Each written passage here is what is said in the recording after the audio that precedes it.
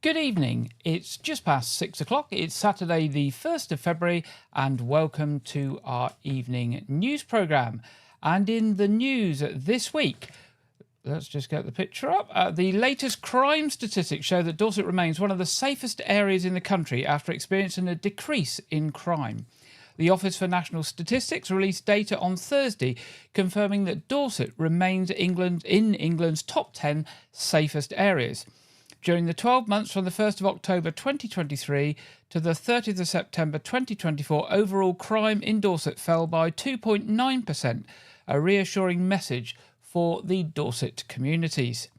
The county experienced a reduction in certain crimes, including violence against the person, which fell by 5%, and robberies, which dropped by 19.4%. Reports of stalking and harassment also fell by 10.3%, compared to the national decrease of 9.2%, illustrating Dorset Police's commitment to targeting perpetrators and supporting victims. However, there was a rise of 17.6% in racially or religiously aggravated offences, which is in line with the national 15.3% increase. Dorset Police and Crime Commissioner David Siddick said another consecutive fall in overall crime demonstrates why Dorset remains one of the safest places in the country. These results are testament to the hard work of Dorset police officers, staff and volunteers who continue to deliver for the people of the county. Next, there's been a huge community backlash over new plans to turn a former church into 6 flats. A fresh plan has been submitted for the Wyke Regis Methodist Church on Portland Road, Wyke Regis. The plan would see the redundant church restored and converted to form 4 one-bedroom and 2 two-bedroom flats with cycle and bin storage. The location next to Wyke Gardens is on a busy road close to amenities, schools and homes.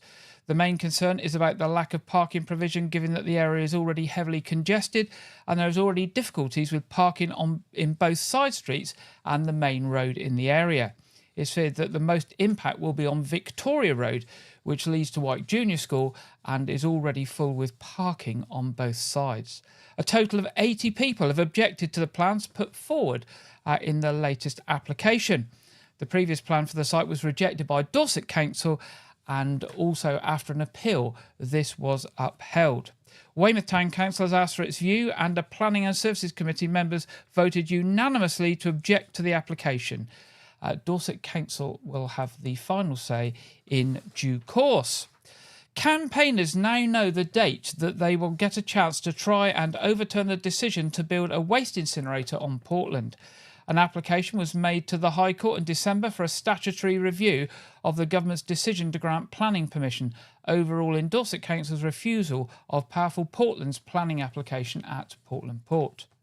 The controversial scheme was given the green light in September, despite fierce opposition from local residents and campaigners, including Olympic sailors who train at the close-by Weymouth and Portland National Sailing Academy. Campaigners who have been fundraising to support their legal challenge have now received notification of the hearing dates for the claim against the government's decision. The statutory review will be heard at the Royal Courts of Justice on March the 12th, and can continue the following day on March the 13th if necessary. The grounds for claim against the government include the decision not to satisfy Dorset Council's spatial strategy and the proximity principle from its waste plan, and that it contains a number of factual errors related to proposals for a waste management facility in Camford, which it relied on for comparison with Powerful Portland's proposals. Debbie Tullett, who will be representing the Stop Portland Waste Incinerator campaign at the High Court, said, "We have news of our hearing dates for the statutory review against the government decision to overturn Dorset Council's unanimous planning refusal for a waste incinerator at Portland. We will be in the Royal Courts of Justice on the 12th and, if necessary, the 13th of March to fight the unjust government decision." The announcement comes just weeks after the government announced it would be introducing strict rules around building new waste incinerators. These rules have given campaigners new hope that Powerful would not be able to meet the requirements to get an environmental permit from the Environment Agency. However, the government department has confirmed the new rules do not impact the issuing of permits. Powerful has also stated that the new rules are for future planning permissions and does not apply to the Portland project. Dorset County Hospital's charity is seeking enthusiastic participants to join the DCH 100 Jurassic Coast Challenge on the 17th and 18th of May in aid of the hospital's emergency department and critical care unit appeal. This is an outstanding opportunity to make a lasting impact for our local hospital while also getting fit and having fun. Launching the 2025 event, the Lord Lieutenant of Dorset, Michael Dooley, LVO, said, "I am delighted to support the DCH 100 Jurassic Coast Challenge, aiming to raise £50,000 for the emergency and critical care appeal. Funds raised will be used to offer so much to so many. I completed the walk last year and it was an incredible adventure. Walking alongside a wonderful team, we raised money for a truly special cause. I encourage you to follow the links to register now. Let's lace up our shoes for fitness, for fun, and to help this wonderful cause. Together, we can make a lasting impact." The DCH 100 team is calling corporate teams, adventurers, and community groups of all experience levels and ages to join them to walk, jog, stagger, and to run our spectacular Jurassic Coast and hit the fundraising target of £50,000. Anyone can enter and choose their distance from the full 100 kilometres challenge over 2 days without an overnight stop, the full 100 challenge over 2 days with an overnight stop, 75 kilometre 3/4 loop, a 58 kilometre half challenge, the Weymouth Marathon, which is a 42 kilometre, the 25 kilometre quarter challenge, and the family-friendly 10k Bridport loop. So lots of opportunities there for anybody who wants to have a go. It starts from Corfe Castle. The route heads past Durdledore with ups and downs to West Bay's famous cliffs before the finish line at Bridport, all with full support, food and drinks throughout the From Ultra Challenge. The DCH 100 team will have information and advice from nutritionists to help you get in your stride. Excuse me. This vital 2.5 million local appeal is the charity's largest capital appeal to date and will fund enhanced facilities for the new critical care unit, such as the critical care paediatric bed facility and the patient garden, and an innovative child and adolescent mental health unit in the emergency department. The appeal will also fund artistically designed elements in both new units to help create a sympathetic and healing environment for the benefit of all. Now, you can find out more about supporting DCH 100 Challenge in aid of the DCH Emergency and Critical Care Appeal by dropping an email to charity@dchft.nhs.uk. Detectives from Dorset Police are appealing for witnesses or anyone with information to come forward after a burglary at an address near Dorchester. At around 6:30 p.m. on Tuesday the 21st of January, a man forced entry to an address in West Knighton while the female victim was inside. The suspect is described as wearing dark clothing, gloves, a scarf, and his face was covered. It is reported that a set of keys was stolen during the incident. The man subsequently left the address and the victim did not sustain any physical injuries. Detective Constable Liam Moss of Dorset County CID said, "Our investigation is continuing and a number of inquiries have been carried out so far, including an examination of the scene and house-to-house inquiries. I am appealing to anyone who saw or heard any suspicious activity in the village around the relevant timeframe to please get in touch. If you live in the area and have a doorbell or CCTV camera, I would ask you to please check your footage for anything of relevance. Anyone with information is asked to contact Dorset Police by calling 101 or Crime Stoppers on 0800 555 111. Now, the coroner... let's get the pictures right. The coroner for Dorset is seeking the assistance of the public to find the next of kin of a man who died in Weymouth.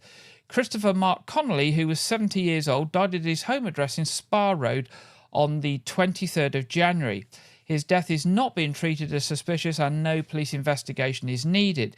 However, Dorset Coroner are trying to locate his next of kin. So if anybody knows the family or next of kin of Christopher Mark Connolly, who was 70 from Spa Road in Weymouth, then the coroner would like you to get in touch.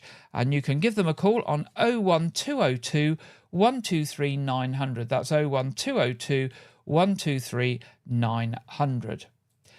Dorset businesses will soon be able to apply for a share of a £1.4 million to help their companies and the local economy grow. At a meeting of Dorset Council's Cabinet yesterday, not yesterday, it was on the 28th of January, so the press release came out on the 29th. At a meeting of Dorset Council's Cabinet on the 28th of January, members endorsed the latest round of the UK Shared Prosperity Fund coming from the government. This will bring the total of monies available being awarded to the county in the last 2 years to £7.8 million. That's for the Shared Prosperity Fund as a whole. And already more than 100 businesses have benefited with grants ranging from £1,500 to £40,000. From food producers to precision engineers, the Shared Prosperity Fund is helping to create new jobs, increase productivity and bring companies more up to date with investment in technology. One Dorset company to benefit was Cranbourne Chase Cider near Sixpenny Handley, which thanks to its £14,360 grant was able to buy a harvester and a trailer, which you can see in the picture, more than doubling its productivity in the process. Owner Bill Meaden said, "Before the harvester, it would take us 2 or 3 days to harvest 10 tonnes of apples. We can now easily do that in a day. This investment not only means we can double our productivity, but also means we can take on more orchards and expand our offer." As well as cider sold at local shops, pubs and summer festivals, the family farm produces apple juice and chutneys, which are sold direct from the farm gate. Dorset Council oversees the awards of the Shared Prosperity Fund to local businesses, with a panel making the final decisions on successful applicants. Shared Prosperity Fund that was the first introduced in 2023 to support business creation and expansion and boost jobs through innovation, automation, growth and productivity. The government has agreed to do one more further round of the fund for 2025-2026 while it determines a longer-term solution. Of the £1.4 million allocated to Dorset, £725,000 will be for supporting businesses and a further £200,000 for skills training. And the remaining funds will be for projects that boost tourism, improve the environment and support local communities. Applications for the last round of funding will be launched in March, so watch out for those if that's something of interest to you. On Thursday, Dorset Council made changes to the way their proposed new evening parking charges will work, including proposals for a new overnight parking permit.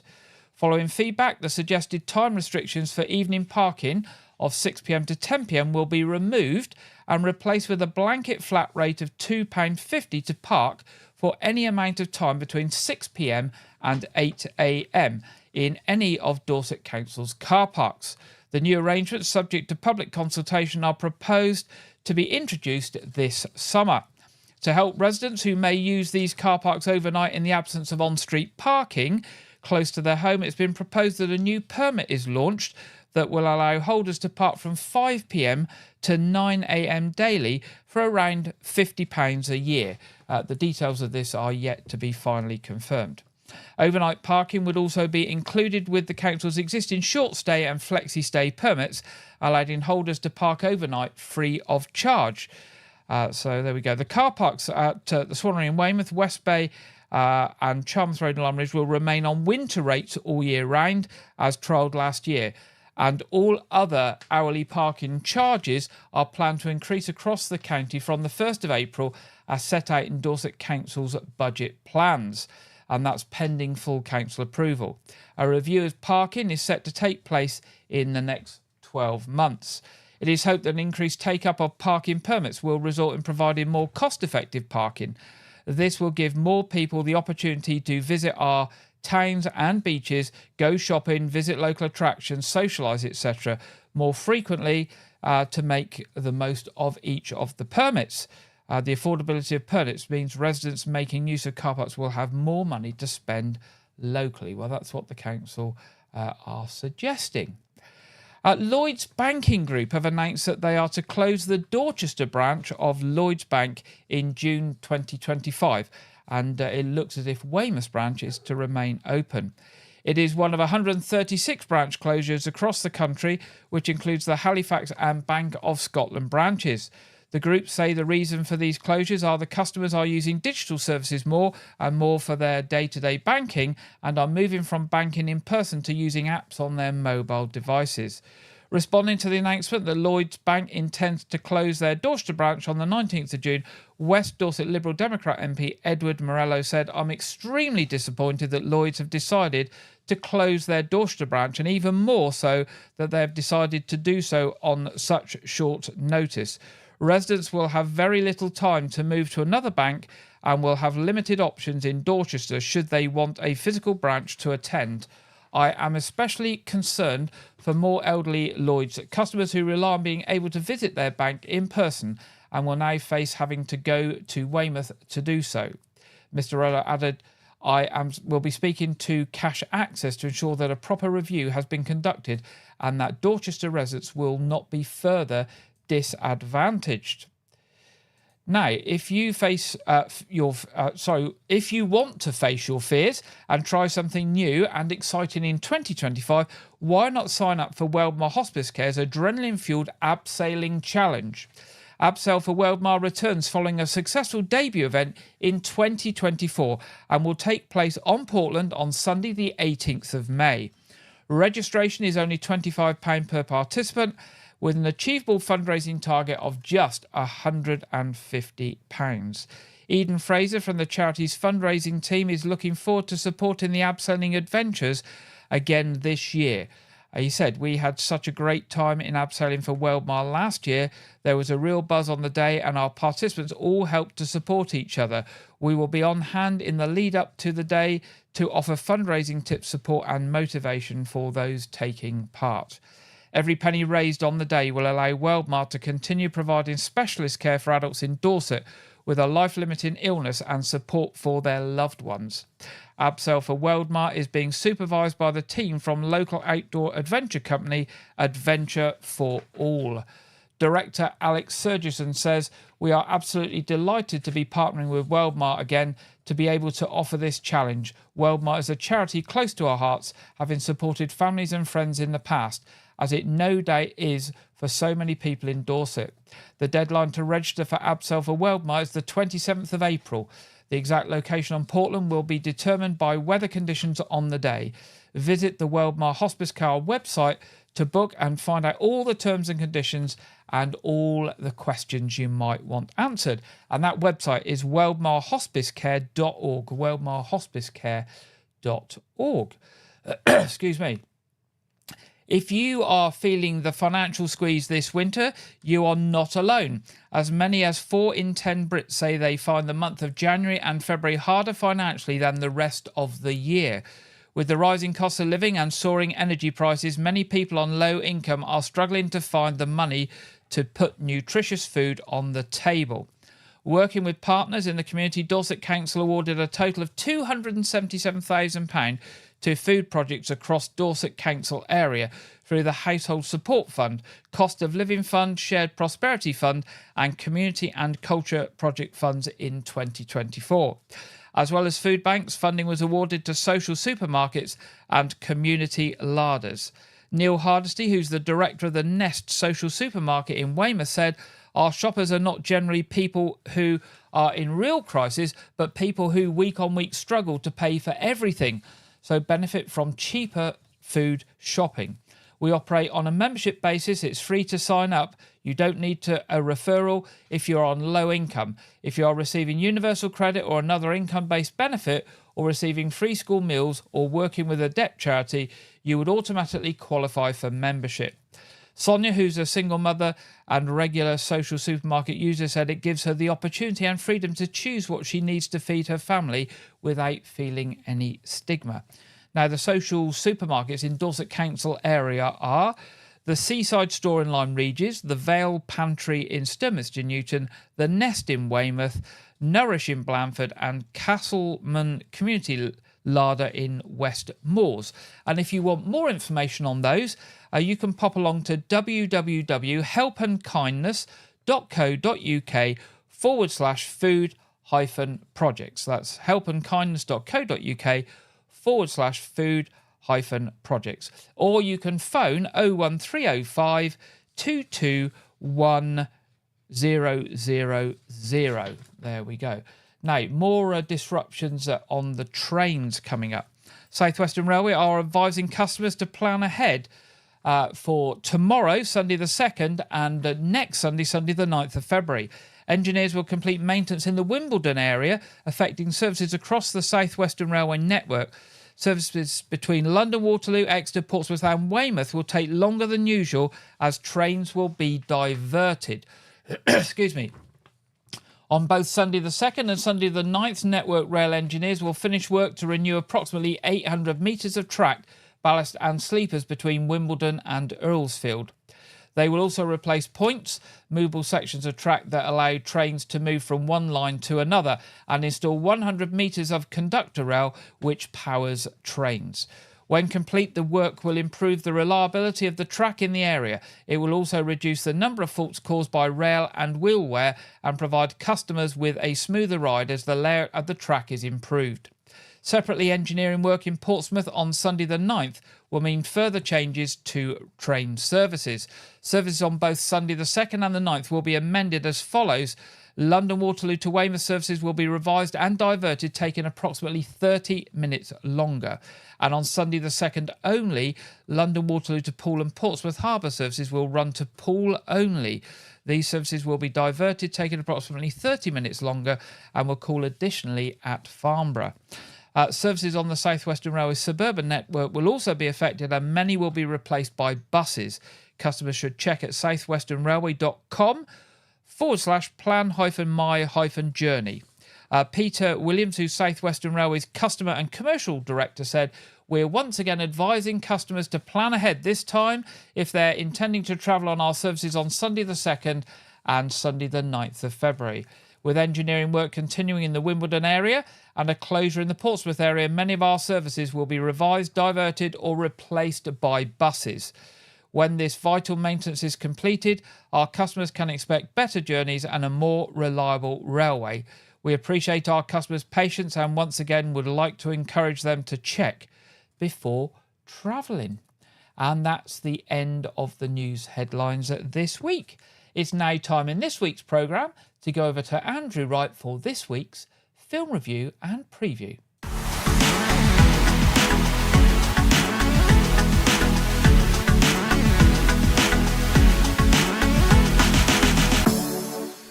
Welcome to White Regis TV film review and preview. I'm Andrew Wright. The romantic horror film Companion is released in the UK cinemas this weekend. The film stars Sophie Thatcher and Jack Quaid, who's building up quite an impressive resume, Scream, The Boys, Star Trek. The film revolves around a group of friends that go on a weekend getaway to a remote cabin, which is then thrown into chaos when it is revealed that one of the guests is a companion robot. So the film has received 94% positive reviews from critics so far, or at least it was when I last checked. And the critics praise the film's originality as well as Thatcher and Quaid's performances. Companion is in cinemas now. Also being released in UK cinemas this weekend is the biographical dramedy film Saturday Night. The film is a depiction of the drama and the chaos of the night in 1975, of the very first live airing of the famous American sketch comedy Saturday Night Live. The film stars Gabriel LaBelle as SNL's creator and producer Lorne Michaels. The film also has an ensemble cast of various actors, include J.K. Simmons, Matthew Rhys, Willem Dafoe, Finn Wolfhard, and Corey Michael Smith. So, the film was originally released in the US in October, where it received about 3/4 positive reviews from critics, around between 75 to 80%. so it should be getting a fresh batch of new reviews now that it's coming out in the UK. But the reviews I saw said they really like, captured the essence of it. It just sort of did well capturing the essence. And Gabriel LaBelle earned got a Best Actor Golden Globe nomination for comedy and musical at the Golden Globes. He didn't win, but he got a Golden Globe nomination for it. But the film was a box office disappointment. Although now it's coming out in the UK, maybe that can change. It can get a better box office, but America would have written it off. So Saturday night is in cinemas now. Maybe you should see it Saturday night. That's all I have for this week, but be sure to check back next week where I will be reviewing the home video release of Venom: The Last Dance. I'm actually really looking forward to it because I really like Venom and Venom Let There Be Carnage. Now back to Gary in the studio. Thank you very much, Andrew, and we'll be back with Andrew next week. It's now time to go over to the Met Office for the Saturday evening weather forecast, and this week I think we are joined by Catherine Chalk, hopefully. Hello. Well, there's plenty of cloud around through Saturday, but as we head into Sunday in the southeast, we should see a good deal of sunshine. Now, take a look at the bigger picture then. We have higher pressure out towards the east, a squeeze in the isobars as well as this frontal system on Sunday to bring some rain. Then it's a northwest southeast split, so a squeeze in the isobars on Monday, giving breezier conditions. Then we have this weather front that will gradually clear its way through on Tuesday, bringing spells of rain, and then into Wednesday and Thursday, we'll start to see higher pressure building. So a good deal of sunshine to come on Wednesday, perhaps even with some wintry showers moving through across parts of Scotland.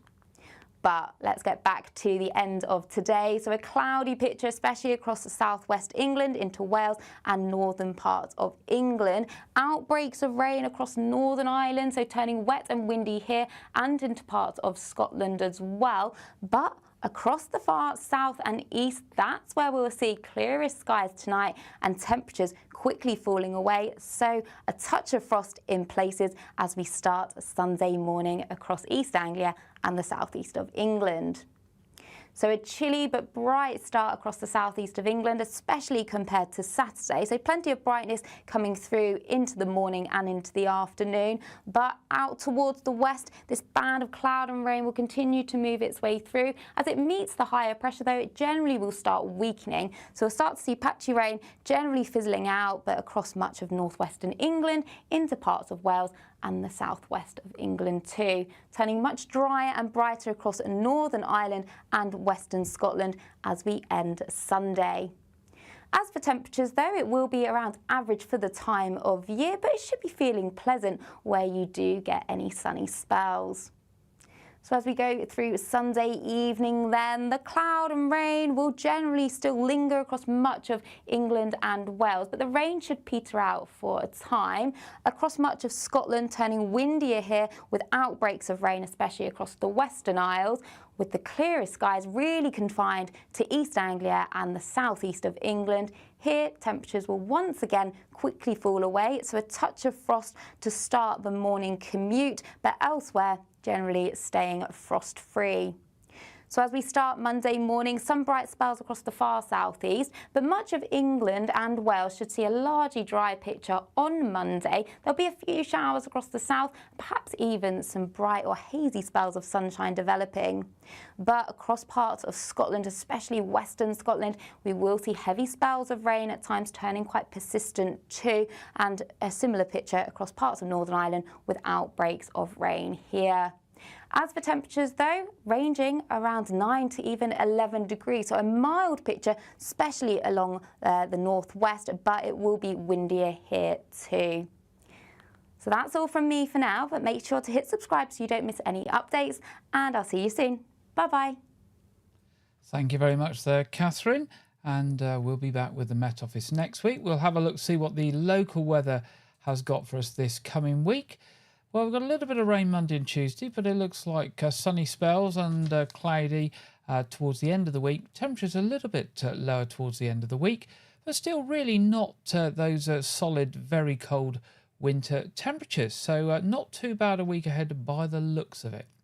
Now time to look at our What's On. We start with Weymouth Pavilion. 7th of February, Absolutely Reggae. 8th of February, Disco Inferno. 12th of February, Shakespeare by the Sea. And the 13th and 14th of February, John Bishop, the comedian. Also, Weymouth Pavilion have just announced that following the closure of the cinema in Weymouth, they are looking to install a big screen and to also be showing films, old and new, at the pavilion, as well as all the shows. So the big screen will continue in Weymouth at the pavilion. Very similar to a service in the Malham Theatre in Swanage, which is a combined theatre and cinema. So we wish them well with that. For details of all the shows coming up at Weymouth Pavilion, it's weymouthpavilion.com, or to speak to the box office 01305 783 225.